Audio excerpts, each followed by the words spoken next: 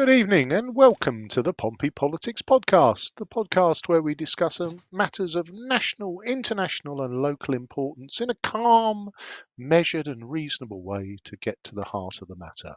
I'm Ian Tiny Morris. And I'm Simon Sainsbury.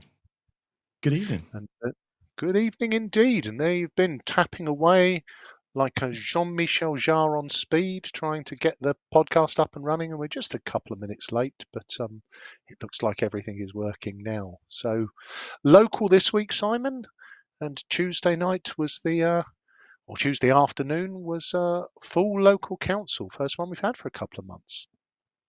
Yeah, it was indeed. It was a bit of a packed schedule with quite a few things on the agenda, which we'll go through. It was the first full council meeting since there've been a slew of defections to reform from Portsmouth Independence Party, and also since the latest one this week from the Liberal Democrats, which I'm sure we'll probably touch on. But that hadn't happened, had it, on Tuesday? No, it hadn't. So that was the interesting thing, as we'll probably comment on later on, is that Jason Verzakli, who decided to, I'm probably being a bit disingenuous to say that he woke up Wednesday morning and decided to move to reform, but he was happily voting with the Lib Dems on Tuesday. People watching the stream will see, and actually in some of the clips, he's actually in the background in some of the clips that we've got. So you can try to read into his facial expressions if you want, whether those were shall I, shan't I expressions or not. But essentially, a pretty kind of packed agenda with a slew of things. A lot of them, I know we've spoken before about about whether or not things that are not actually things that the council can actually do itself, and what purpose they serve being on the council paper. There are differing views about that, and about whether that's actually kind of useful for the council to kind of make its views heard and known there. But you'll hear from the clips that there's a bit of a theme to some of the I don't know, it's almost like point scoring, it's almost like someone's writing leaflets. I don't know. Well, it's a fundamental question, isn't it, Simon, which is that, when Halloween is done, then obviously the shops start pouring into Christmas mode, and I guess it's something we haven't debated is it too early for leaflet writing season yet? Because obviously there allegedly will be elections. So again, you've got to you've got to get those motions in to say, we went to full council and invited the council to back a motion to the Labour government to stop it raining, and they voted against it. Your local Lib Dem council wants it to rain on your head. So we'll see just whether any of the motions are in the grandstanding campaign. So what do we got first up, Simon? So I'll just kind of briefly kind of mention there were only two deputations from a member of the public this time, but they were both actually from the same person, both about item 11D, which is the digital ID, and 11F about the fair and transparent dispersal of asylum seekers in accommodation in Portsmouth, and both from Chelsea Scott. So I won't play clips of their contributions, but they are kind of mentioned in passing from some of the other ones. So the first one that we've got back down our way down the agenda at 11A, the Planning and Infrastructure Bill. This is a motion brought by Councillor Spencer Gardner from the Conservatives and Councillor Russell Simpson, now of Reform fame, to basically call out the concerns about the government's plan to amend planning regulations, essentially, and how those work. So let's play the clip on that one. Let's have a listen. Members, this motion concerns the Planning and Infrastructure Bill, a matter of profound importance to our city, community and our democratic accountability. Angela Rayner's bill has the Secretary of State sweeping powers to strip planning committees of their role and force decisions onto officers alone, potentially. These proposals risk silencing elected councillors on the very developments that shape our wards. As members, we will be united in believing our city's planning decisions, the decisions that shape the neighbourhoods where our residents live, work and raise their families, must be taken as locally and transparently as possible. The proposals in this bill risk shifting power away from local councillors and communities to the centre, diminishing our ability to represent and protect the interests of those we serve. We all support an efficient, well-managed planning system that delivers the homes, infrastructure and services that our city needs.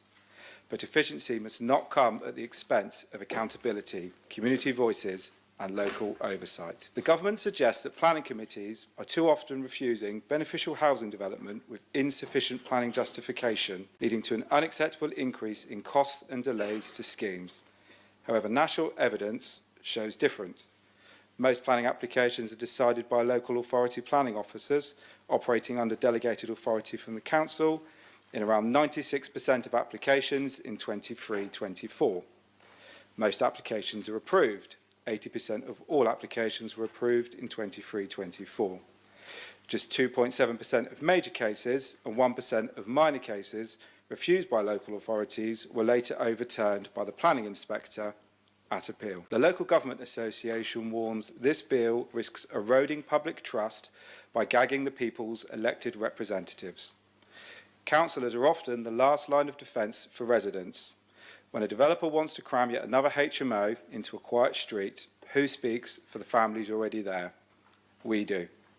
When a developer wants to squeeze an inappropriate property onto the back garden as backland development, who opposes? We do. Take that away and you don't streamline planning, you kill democracy for local people. Another ill-thought-through initiative by the government, and to me it seems part of a wider attack on local government. It's a further centralisation of power when actually the change we need is to devolve power, money and responsibility to local areas who best understand what they need and have the responsibility for those decisions made by local councillors. This isn't about being a NIMBY, it's about making the power to make decisions locally here in Portsmouth and not in Westminster. And that's the reason why I'm going to be supporting this motion. We are going to abstain from voting on this motion because it's a motion that only tells part of the story. I share, in fact, personally, some of the concerns that have been expressed about allowing councillors to represent public opinion. But one of the key things about the Planning and Infrastructure Bill is that it's leading us towards a much more clearly plan-based system. The local plan has been the subject of all sorts of consultation with the public. And since I trained as a planner in the 1970s, I have always advocated a plan-based system. In other words, a system where the public can participate in drawing up a plan for the city. And we've done that on several occasions, and the latest version is what the paper we approved earlier is amending. And really, because that is not mentioned at all, the notion that we, the citizens, should get involved in the development of a local plan, which would then signal to developers what we expect to be able to give permission for. And we would already have discussed those land use proposals and the policies that guide development, including HMOs, is already then decided by a much wider group than just the council members itself. And because this motion doesn't mention any of that, it isn't these decisions we all make isn't part of isn't done in a vacuum. It should be done in a place where we've all discussed much more widely than this chamber what the local plan looks like, what the policies are, and what are the principles we agree on. And that is the framework in which decisions can be and should be delegated to officers. So we'll be abstaining on this motion because it's not really a motion that's complete enough for us to put our name to. But I mean, we do understand the need for citizen involvement. Councillor Mason and Spencer, Councillor Gardner put it quite eloquently exactly what this motion is about. I mean, if you feel it isn't adequate enough, you put an amendment in. That's what I always thought. You don't just abstain from it. And I'm a bit disappointed because I was hoping that everyone would support this, and I was going to actually ask the Labour councillors to actually get on the back of the Secretary of State to give us an answer back from July, when we put a motion in lawful development certificates, which was amended by Councillor Mason, and that actually had a mentioning of the Modernising Planning Committee, and we've heard nothing. You know, at the end of the day, we've been elected to represent the concerns of residents, and for you not to support, and for Labour not to support it, it's just a real cop-out. And I really feel for their residents that they don't feel that the councillors they are elected are going to represent them when there's planning disputes. Thank you, Lord Mayor. I wasn't going to speak on this, and I also swore I'd never say that, but here we are. I wholeheartedly support this motion, and I'm glad it's come before us today. I do take umbrage with the notion that this is somehow honourable when the MP for Portsmouth North refuses to talk to residents about this move by central government and won't even acknowledge her role on the committee that's actually putting it in place. The government are forcing deeply unpopular local government reorganisation on the people of Portsmouth with the creation of a mega council. It is incredulous at the same time they are taking steps to give them powers to stop decisions being made locally by the people they affect. Let's not hand away the safeguard of local voices in the name of speed or centralisation. Quite an array of councillors speaking there. Yeah, so we had Councillor Gardner, Councillor Candlish, Smythe, Simpson, Swan, and then closed out again by Councillor Gardner. So yeah, there's quite a few kind of views there, some concerns about kind of what it was, what actually the Infrastructure and Planning Act is kind of seeking to do, and how much power it's taking out of the hands of councillors to comment on or call in planning applications, and just putting into the hands of officers. I guess Councillor Smythe's kind of argument is applicants and developers will know kind of what to expect, because that's not then, I guess you could argue, to the whim of political decision. It's more a case of it follows a process and it either passes regulation or it doesn't. Well, and I guess this is where we get into this very grey area, don't we, around planning, and it is very emotional. And you know, HMOs is probably the most contentious, isn't it, in terms of, you know, but there are some fairly clear rules and guidance around HMOs in terms of X% within a radius, and there can be 2 next to each other but not 3, and there can't be one, you know, a property sandwiched between 2. So there are some fairly what seem to me to be very logical and straightforward rules. So I'm always kind of a little bit perplexed perhaps at times when things come to the planning committee, and we've touched on it on the podcast before, which is, you know, a lot of the developers kind of seem to know the rules better than the politicians, and the politicians can make strenuous arm-waving deputations on behalf of their residents, but often the developer just sits there and sort of smiles smugly and does well, you make as much noise as you like. You know, if you reject it now, I'm simply going to appeal, and whilst I'm appealing, I'll ask for you to pay all of my costs, and I'll win. Yeah, I mean, I think there was an example at one of the planning meetings, I think a couple of months ago, where the officers actually presented a bit of a stats review over the previous 18 months, and of the applications that had been turned down at planning committee against the advice of the officers. So the officers were saying, actually, under the regulations, you should pass this, but it had been called in or then come to the planning committee. 90% of those of the refusals were overturned. Yeah, so, and yeah. And I think there were some other really valid points made in there that you know, local government, the whole local government reorganisation and devolution was about pushing power down to local people to make local decisions. So, you know, whilst you've got to have a framework and rules, it does feel a little bit counterintuitive that, you know, that there is almost a move to centralise more of this. And I think Councillor Smythe, on behalf of Labour, has taken a little bit of a tiptoeing fine line there, which is that, well, we'll abstain on it because we sort of support it, but it kind of criticises our team, so we're almost going to hope it's not happening. Am I being unfair?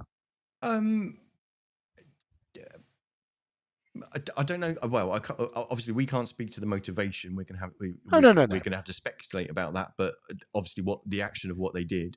So how this one kind of turned up when it went to the school board was that essentially the motion passed with 25 votes for and 8 abstentions. So the abstentions, including the Lord Mayor, generally doesn't vote unless there's a tie.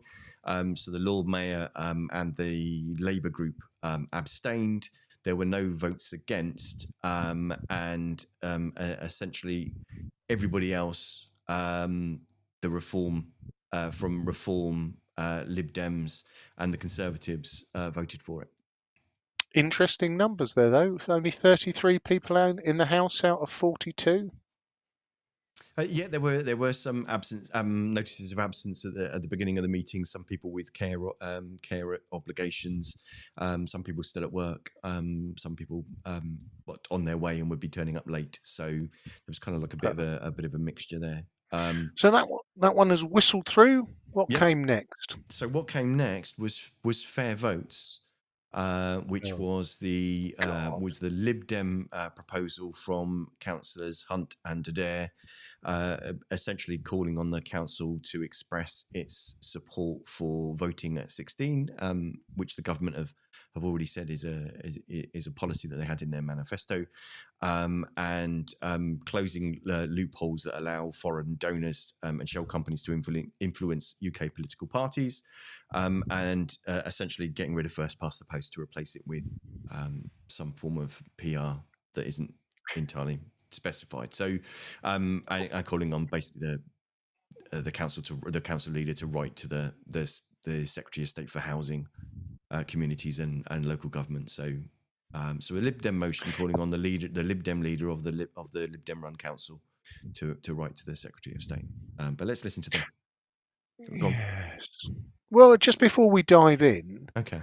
I mean, as part of local government reorganisation and devolution, do we know whether the future voting structure for the whole of the UK has been delegated out to Portsmouth City Council? I'm not aware of that element. No, Right. I see what you're asking. Right. We're calling on ourselves to write to somebody else to make some changes that they're going to make anyway, and some other changes that they're not going to make, but we'd really like them to. I'm going to settle back now and listen to the clip. Okay, not at all as if you're not approaching this with an open ear. Right, let's play the clip. And today I believe that young people are even better informed than back then and have a right to make choices about their futures, including by voting. Today, over this Remembrance Week, we saw young people outside doing their duty as members of the UK's military setup, but they are not allowed to vote. Throughout the year, we see the services given by young people in so many voluntary ways and parts of group or as carers. But they too are not allowed to vote, not in England and Wales. Sorry, not in England. And already 16 and 17-year-olds are trusted to vote in Scotland and Wales for Scottish and Welsh parliaments and for local councillors. And why is that right denied to English youngsters? We need to move away from the first past the post to proportional representation. Their votes will want to weigh the same wherever they live. A vote for a Green will help elect a Green person. A vote for Reform will help to elect a Reform person. The same for the Lib Dems, Labour, Conservatives and Independents too. And for fairer votes means getting corruption out of politics. Yeah, this is a motion where half I love and half I hate. I absolutely love the idea of proportional representation. Fully support it in every capacity, and I think it should be implemented immediately. And I find it so ironic that a lot of parties campaign on it, and then when they actually become the government, they all of a sudden don't want it anymore. I always believe that if you should be able to vote in an election, you should be able to stand in an election. So I think if the motion may be read something, and maybe the government was suggesting allowing 16-year-olds to stand, then that would be a different conversation. But I find it very hypocritical that we allow 16-year-olds to vote in an election that they can't stand in, and that's a fundamental issue. We're not comfortable supporting a motion that would support in any way 16 or 17-year-olds vote, and we think it's inappropriate. If we'd been in this chamber 100 years ago, it is very likely that a notice of motion may come forward to give votes to women. 100 years ago, that was seen as something absolutely outrageous. You know, what are you talking about? Women voting? I think they're more than capable of making reasoned decisions on what they're going to vote for. I'm curious about the reform amendment, because why didn't they actually suggest that welcoming the idea of 16-year-olds being able to stand for office? It seems really weird to have just knocked it out. But I'm presuming it's in line with Councillor Madgwick's view that young people shouldn't be paid as much as they currently are, and they shouldn't be allowed to vote either. So I have long been convinced that, partly because of the practical reasons that we've talked about here about the ability to work and so on, that 16 to 17-year-olds should be able to cast. Having a massive majority when you can only secure 40% of the vote didn't seem to me to be right. But let's not forget that the first past the post system doesn't guarantee majority governments either. The coalition from 210 to 215, the 1970s, when the Labour government relied on the Liberals for support, you go back to the mid-1920s, and you can go back to after the First World War, to the second 1910 election.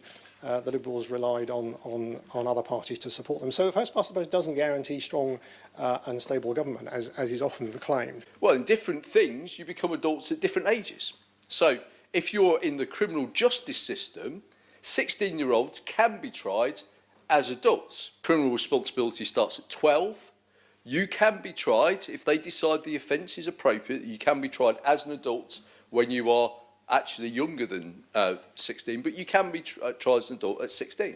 People who do not live or properly contribute to taxes in our country should not be allowed to vote here, but nor should they also be able to give big sums of money to buy influence here, whether they vote or not. I'd like to give Councillor Corey the chance to tell us what the amendment actually means. It would help the Chamber when they're considering whether to vote for or not the amendment, if you told us what on earth the amendment was about.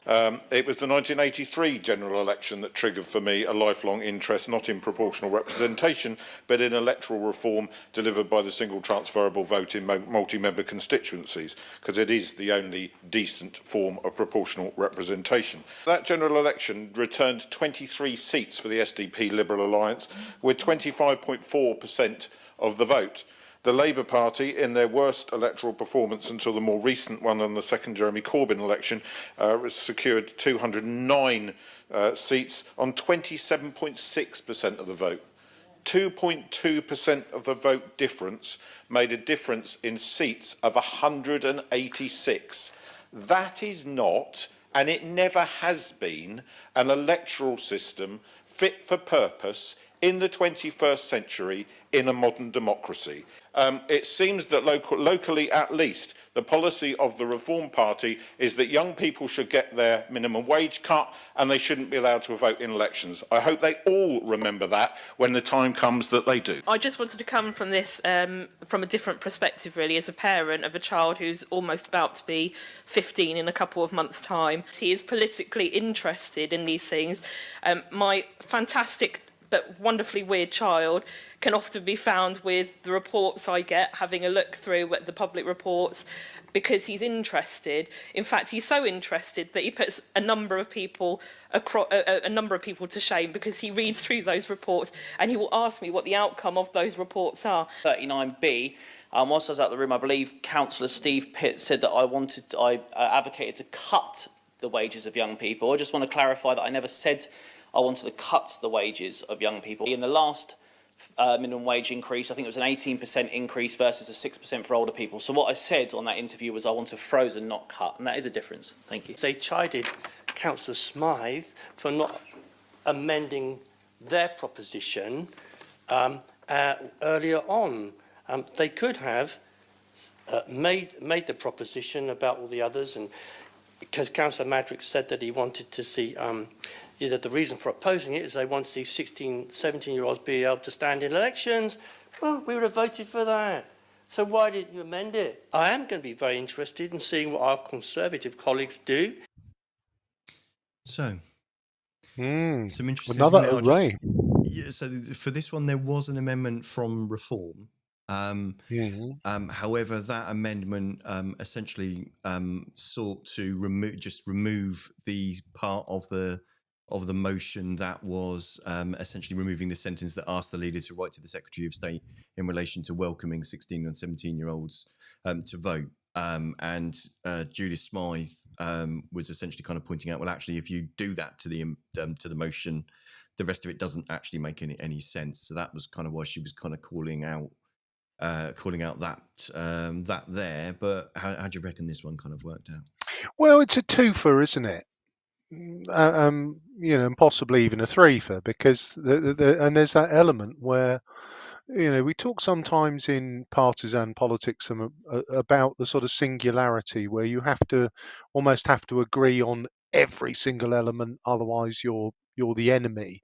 And we see this in some of the polarized politics. So it's that element of, you know, I've always stood against proportional representation. I think as time has moved on, it's clear that we don't no longer have a two-party system. And I think there is that piece where, you know, if you're going to get more people engaged, then their vote has to matter. So I'd be giving a bit of a thumbs up to the proportional representation element of this, but with the votes for 16, 17-year-olds, absolutely not. So it is that element of sometimes if you bundle together two or three different propositions into one amendment, it does make it then very difficult for people to get entirely behind it if you're asking them two or three different questions. And it feels like we had a bit of a, back to good old-fashioned politics, a bit of a left-right split on this one. Yeah, well, there were differing views, but I don't know that they were left and right. I think they were more about the kind of the arguments of at what point are people responsible. I mean, Councillor and the speakers there that I had in the clip, opened by Councillor Hunt, Adair, then Councillor Heaney from Labour, Winnington from the Lib Dems, Candlish from the Lib Dems, Smythe from Labour, questioning about the reform amendment. Steve Pitt, obviously the council leader, Kimberly Barrett from the Lib Dems, George Madgwick, the leader from Reform, and then back to Lee Hunt. So George Madgwick calling out a standing order there because Steve Pitt had said that he had been interviewed to say that he wanted to cut wages of youngsters when he was saying that freezing them isn't cutting them. We've got a lovely comment where Tim, thank you Tim, has gone to all the trouble of listing out about 30 items and the different kind of ages at which they become available, and the most of them actually being 18. I don't know if it'll actually fit on the screen if I put it up, but you'll forgive me, Tim, for not reading them all out because we're already running behind. But how did you think that went? Do you think the amendment? Amendment fell. Labour, everybody voted for it except Reform and the Conservatives, who said no because too many things in there they didn't believe in. Okay. You've been looking at my show notes, haven't you? No, I haven't. It's a guess. I'm just letting my dog in. Okay. Well, you let the dog in. So the amendment, and again, this was this and the previous one both recorded votes. So with this one, the amendment, the reform group voted for the amendment. Voting against the amendment, 28, which was Labour and the Lib Dems and the Conservatives, and abstaining were the Lord Mayor, as is the norm, and Lee Tyndall from Pitt. So 5 for, 28 against, and 2 abstentions. So the amendment fell. So the unamended motion then passed with 24 for, 8 against, and 2 abstentions. So the abstentions again being the Lord Mayor and Councillor Tyndall. The against being Reform and and also I believe Councillor Gardner and Councillor, sorry, I beg your pardon, and the Reform and the Conservative councillors, and the 4 was the was Labour and the Lib Dems. Yeah. So yeah, I mean, as you spoke to a kind of left-right split. Do we want to skip past Health Watch, or do we mention it in passing, or do you want me to play the clip on that one? Yeah, I mean, Health Watch. It's another. This one again is a slightly unfortunate one in that the government has decided that Health Watch doesn't add value, so has kind of scrapped it. I think Health Watch in Portsmouth is reasonably well respected. So it's very similar to the news this week about police and crime commissioners. If you've got a good one, then you're disappointed they're going.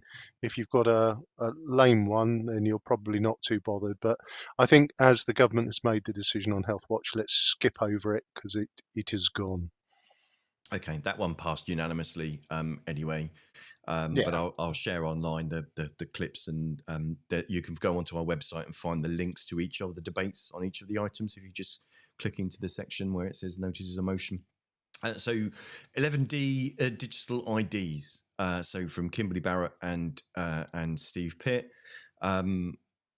basically questioning, raising concerns about the Labour government's plans to bring in digital IDs. So remember, this was also one of the ones that the public deputation talked about. Let's play the clip. Many people that have contacted me are worried, upset, and some are just really outraged when they saw the topic of digital ID raising its ugly head again. They're worried about their right to privacy, the government having more control over their lives, public trust in how that data is used once it's gained, being in trouble if they did not get digital ID, the huge costs this will incur, and why money is being spent on this when there are other more important things that the public perceive need more funding. I think it's extremely important to say that concern has been raised not just by people across the political spectrum, but also by charities such as Amnesty UK, Age UK and Crisis, that a digital ID system could deepen digital exclusion and also affect society's most marginalised, such as older people, people living in poverty, and disabled people who often have limited access to digital devices or have a low digital literacy. A recent report from the Good Things Foundation shows that 1.6 million adults in the UK do not have access to a smartphone, tablet or laptop. Another recent study found that 4% of adults, around 2.1 million people, are completely offline, and 16% lack even basic digital skills. These figures are not abstract, they represent real people, many of whom are on low incomes or facing other vulnerabilities.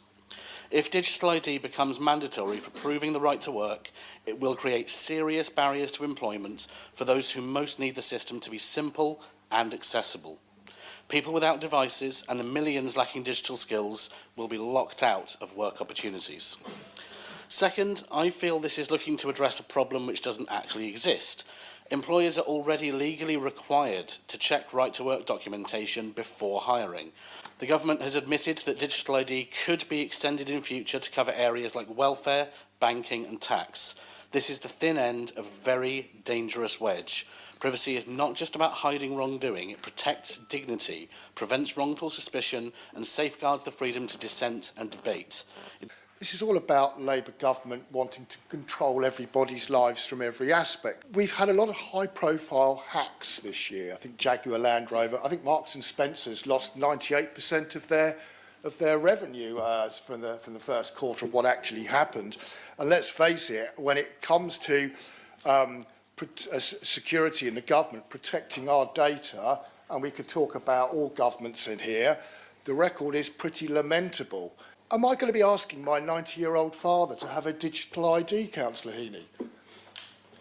No, because it's going to be mandatory. He is perfectly happy with everything that's going on in his life at this precise moment in time, but we're going to foist something on him.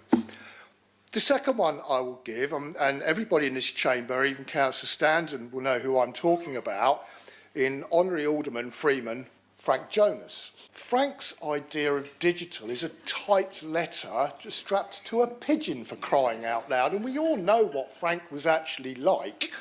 I mean, crying out loud, the man's mobile phone was made by JCB. There are some inaccuracies in this motion very clearly, and there's also a good deal of hysteria going on here as well. The inaccuracy is that the government has decided to require everyone in the UK to have mandated digital IDs. No, they have not. Pensioners don't have to have them. The only requirement they're looking for is for work. The sort of hysteria that seems around that if the government has a database, you've got a problem. I have a national insurance number. They know my NHS number. When I get a letter from the NHS, I have my NHS number on there. So they've got my number and my details there. And I pay tax, so I have a tax number. And the tax office have my details. So there are lots of databases which the government have, which they can identify me and they can write to me and I can write to them. So the very existence of government databases is not a sign of a totalitarian state. And I was really quite surprised at how many countries are now actually involved in either developing pilot schemes or already have them. Estonia has had a digitalised scheme for 20 years. I didn't know that. The European Union is developing pilot projects across the countries to further integrate some of the digital ID systems they have. And I am not of the view that this is the end of the world. I mean, I think this motion is rather hysterical, quite frankly. I reserve my position on how they're going to implement this because obviously I haven't seen the detail and we certainly don't know the full detail. I want to tell you two different stories. One is my niece who got married to a Frenchman in France, and it was discovered that two of the essential documents she needed to get French citizenship were at variance. I think it was passport, and which had a different name on than her birth certificate. My neighbour, who I'm taking care of at the moment because he's of his increasing age and infirmity, doesn't have a passport. Nobody has to have a passport. They don't have to go travelling. He doesn't have a driving licence. It's been many years since he drove. You don't have to have a driving licence. I'd reserve the right to look at the details when they come.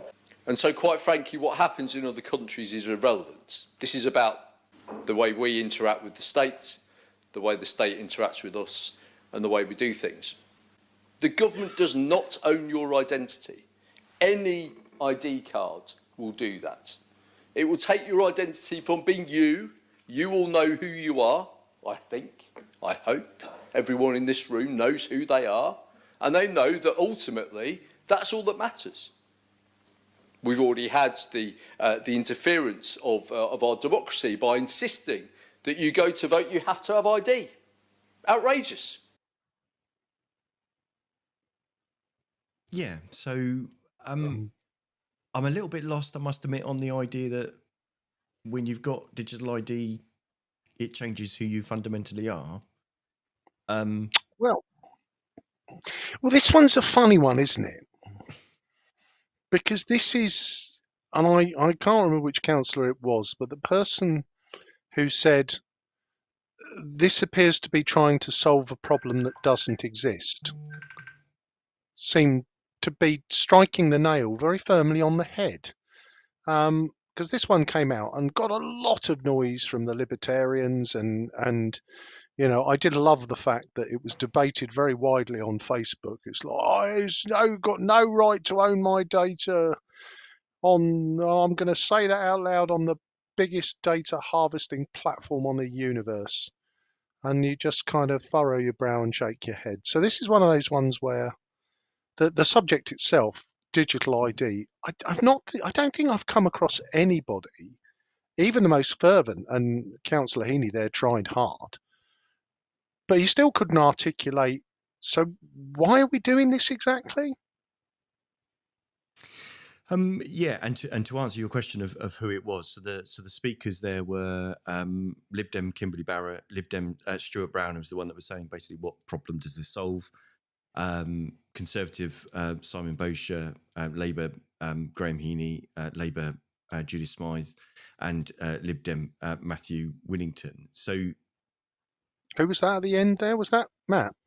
Yeah, Matthew Winnington, yeah, from the Lib Dems. So and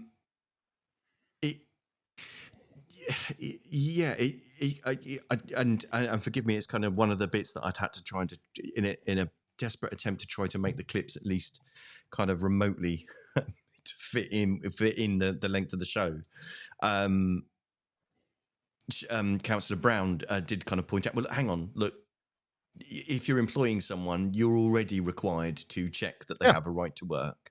So essentially, kind of what is this doing that isn't done with the existing thing? On the converse argument, you could say probably Tesco knows more about me than the government has, and isn't it convenient that if you actually need to access your government information, you have one way of doing that? But of course, governments are really, really crap at implementing IT systems and have a bit of a notorious record when it comes to keeping that information safe.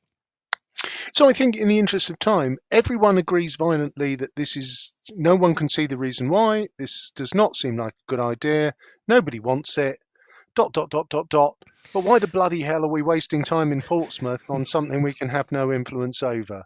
Hopefully everybody voted in favour of it as a nice big flag-waving, grandstanding, pointless activity, and we can move on. Are you accusing councillors of virtue signalling? I am doing exactly that, but they're all doing it, so at least they're doing it unanimously. They're doing Come it. on, We're all doing it together. Okay. Yeah. Yes, indeed, it was carried without it being a recorded vote. So obviously not something that people are. I think the recorded ones are definitely things that people are going to be putting onto leaflets, aren't they? 11E, we scrubbed to put that onto the agenda for the next time because the proposer for that was Councillor Charlotte Gerarda, and she wasn't able to be in the chamber on Tuesday. So 11F was the fair and transparent allocation of asylum dispersal, protecting Portsmouth housing and public services, which is a bit of a mouthful. This feels like another Lib Dem. Oh no, this would be reform then, would it? So this is proposed by Joe Standen and seconded by George Madgwick. So it's a reform motion. And let's hear from Joe. Let's have the clip on this one.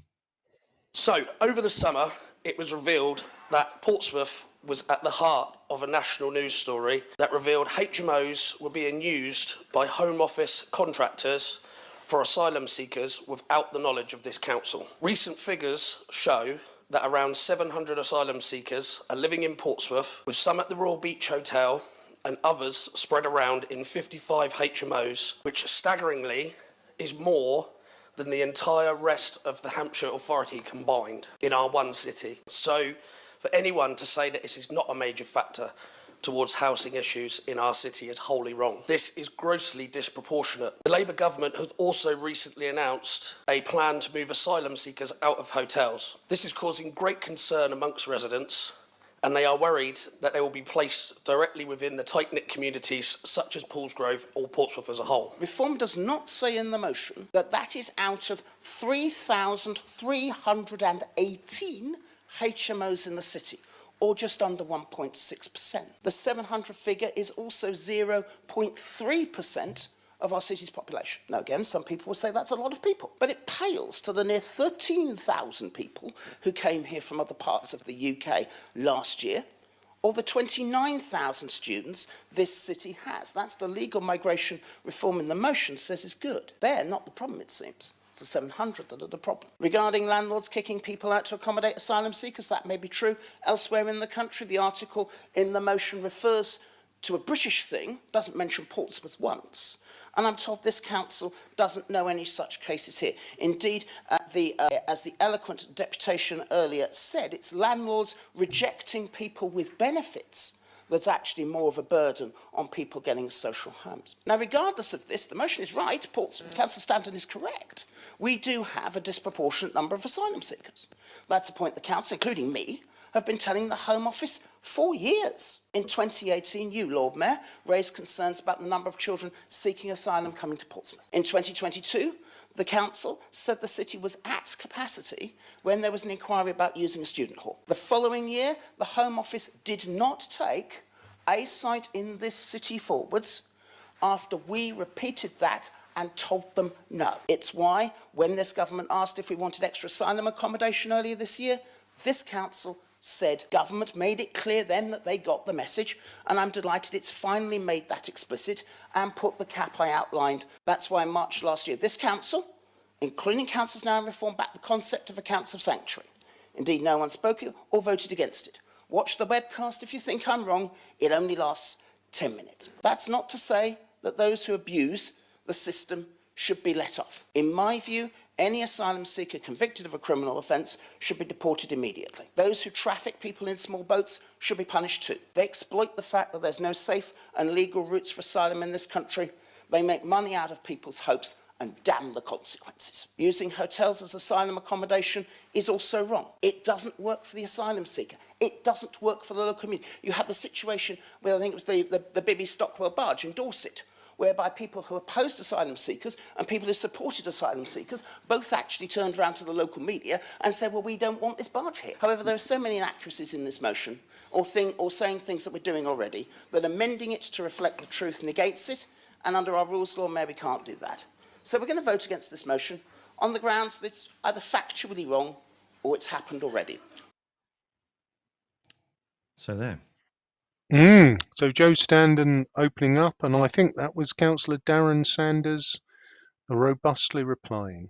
It was indeed. In the interest of time, I kind of trimmed down quite heavily the debate there, but that was kind of the crux of the matter was that issue. There was some kind of interplay between Councillor Madgwick and Councillor Sanders about what were the right figures, because they seem to be kind of getting different things from being told different things from different places. But essentially, the administration made their point of, look, we're not going to vote for this because either a load of this is not right or we're already doing it, so there's no point in us voting for it. Yeah, and it's a difficult one because look, it is reform's number one hot topic at the moment. So obviously, it would be very odd if reform hadn't brought a motion at some point about asylum seekers in Portsmouth, there being too many of them, and the city not being able to cope. It has been one of their key strategies. They've been very vocal about it, and let's be honest, it's an issue that has gained national traction. You know, when you see the Labour Home Office, the Home Secretary this morning doing the political rounds, waving their fist metaphorically and saying they're going to be cracking down on asylum seekers, and it will be longer before people can, claim permanent residency and all of those things. It's the topic of the moment, isn't it? I mean, yeah. I mean, it is the topic of the moment. I mean, you can't kind of conclude that without obviously certain parties have made it the topic of the moment, and it's to some degree a bit of a toxic thing to try and have a sensible conversation about. So at least the council managed to have that debate without it kind of descending into a pointy fingers and point scoring. But there was a kind of a rational debate there about actually, look, this is actually what's happening in Portsmouth. Yeah. It would have been a surprise had it not. But obviously, that's Councillor Joe Standen, the victor of the Paulsgrove by-election. That was his first motion to into the council chamber, and his first speech in the chamber. So I'm sure we'll see many more motions from him in the future. There wasn't a recorded vote on this, and the motion fell. Yeah, and I think it was always going to, and again, we can't talk to what those numbers are or the facts because we don't know them. There was clearly a belief from Darren that they were perhaps not accurate, and I think that is I think the council need to be commended for having that discussion because it is in the public domain in a respectful way, but ultimately, unless you can quantify the problem accurately and get numbers everybody agrees on and agree on what those actions are, it didn't feel like that one was ever going to get universal support, and I'm not surprised it fell. No, indeed. 11G. I don't have a clip for, but it was the motion from George Fielding and Yinka Adeniran from Labour, essentially with regard to supporting the VALOUR Network for the urgent restoration and reuse of military housing in Portsmouth, essentially calling out that there's a too large proportion of MOD housing stock that's uninhabitable, and the MOD don't really kind of seem to be doing a huge amount to kind of get to that rapidly. And this is about getting on board with a government scheme to essentially kind of tackle that. But also, interestingly, another thing that came out of it was that it will also kind of look at tackling, including kind of review of homelessness. But again, Darren Sanders pointed out there that actually the council had already previously been engaging on basically the early kind of things to this. And the Lib Dems put in a motion that basically just called for the wording to be changed to include working with partners basically across Hampshire, because Portsmouth already works with partners across Hampshire on this subject. So it made sense to be involving them rather kind of acting unilaterally. Unsurprisingly, this passes unanimously, although the Lord Mayor doesn't actually declare it. So I don't know whether that makes a difference. But he talks about, is there anybody against, and because there aren't, and there wasn't a recorded vote, but doesn't make the declaration that normally takes place at the end of a motion of actually what the result is. But it's quite clear that it's kind of passed unanimously. And on another thing, I forgot to mention earlier on, unless my numbers are completely wrong, the amendment in 11B, by the way, from Reform, that the declaration was that 28 councillors voted against. I only actually counted 27. Maybe and it I've was a listened to it missing about filter. 5 times. So yeah, now you are in the weeds. In the interest of time, get out of the weeds. So let's get out of the weeds. So so that one passed. So that was the notices of motion. There was, I don't know if you recall, actually, the last full council meeting, the Lord Mayor, Councillor General Vern Jackson, made an intervention at the end of the debate. He did a similar thing today, where he talked about previously where the council had been trying to liaise with the MOD to contact service personnel that were about to leave the service and re-enter civilian life, and talk to them about potential employment in the council, but the MOD had turned them down. So GVJ then essentially kind of saying that sometimes perhaps actually the MOD itself can be a bit of a blocker to those things. And then we went on to members' questions, where there was a little bit of a scrabble, because normally there's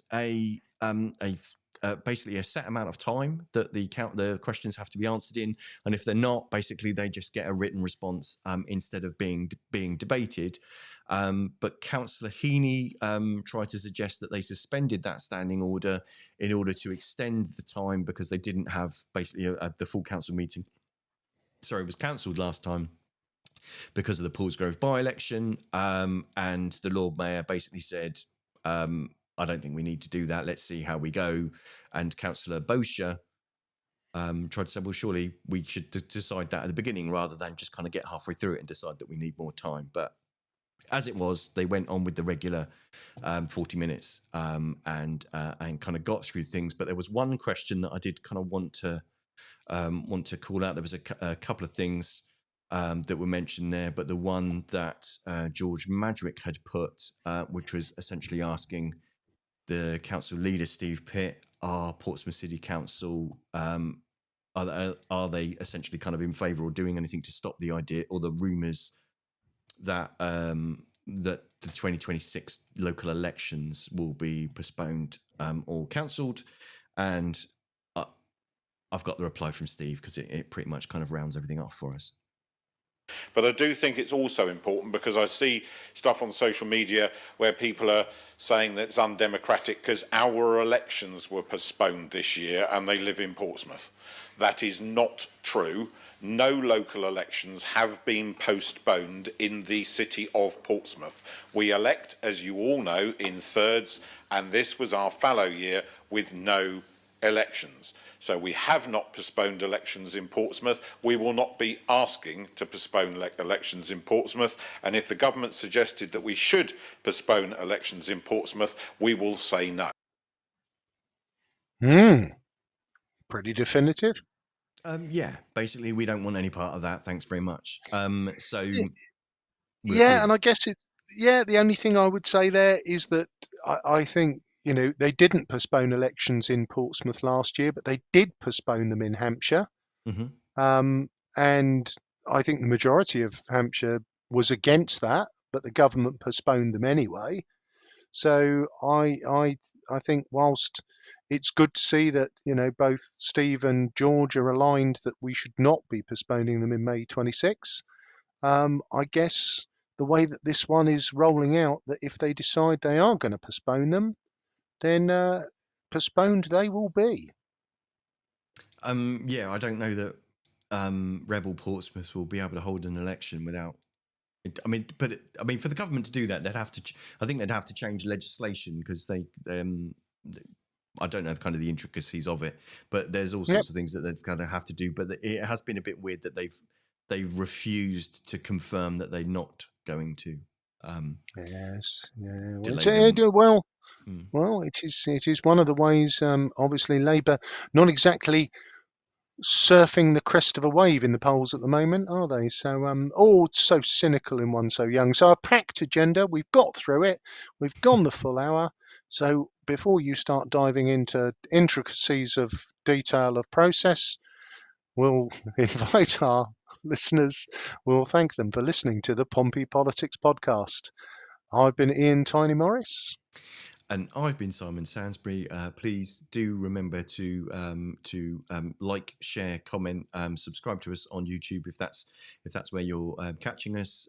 Give us a follow if you're listening to the podcast wherever whatever audio platform you're listening to the podcast on. Please by all means leave us a review. We'd love to see that. We're going to be doing something extra special the week after next. So we're going to take a bit of a kind of a miss on next week's show, but you'll have seen that we're involved in the publicly streamed meeting for on behalf of Let's Stop Ackwind. So we'll be doing that on the 26th, and then the Sunday after that we'll be talking about the budget. So that's bound to have fun, isn't it? That is going to be a roller coaster of a ride. So many things have been in and out so far. Who knows what it'll be? Well, indeed, who knows? At this point, I think a magic 8 ball could probably be used to write the speech. So, but we shall see. If you've subscribed to us on YouTube, if you've followed us on Facebook, and make sure you're clicking for notifications, or indeed if you sign up for our emails, you can scan the QR code in the top right hand corner. Then we'll keep you posted about what we're up to. And again, if you wanted any more of the details about the full council meeting, all of those links are there. So please do go look at them, so that then I'm not the only person that sat and watched it twice. See you next time.